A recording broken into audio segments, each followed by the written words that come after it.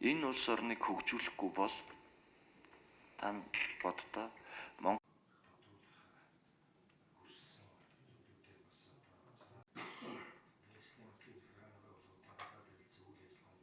нэлээд цаг бас том бодлогын шин чанартай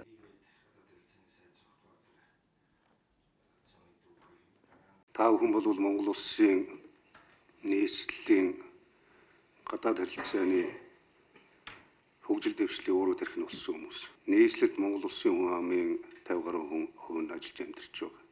Төрийн зохионы төв байгууллагуудаас эхлээд нийгмийн эдийн засгийн бүхий л одоо гол цөмөн энд байдаг. Нийслэл Улаанбаатар хот хэрэмжээгээр гадаад харилцаагаа хөгжүүлнэ. Хэр зэрэг урдун богино хугацаанд өндөр хэмжээнд хөгжинэ. Төдий шинэ Монгол улсын өнцөг болон бүрт аймаг орон нутаг бүрт хөгжлийн шин жишг тогтно.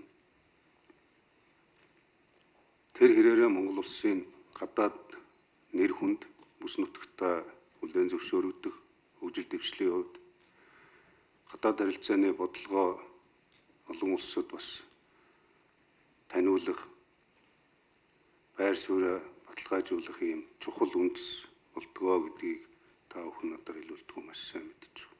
Монгол улсын төрийн гадаад бодлого бол нэгдмэл, нэг цонхны ийм одоо харилцаан дээр тулгуурлаж явах ёстой гэдгийг бүгдээрээ маш сайн ойлгож байна.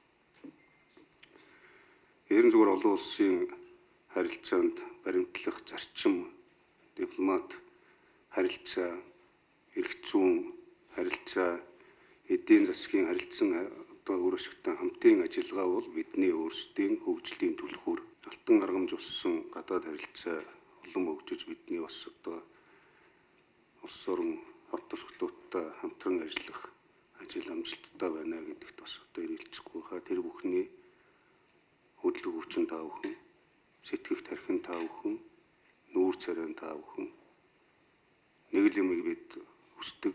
Тэрний юу гэхээр Монгол улсын иргэн гэдэг энэ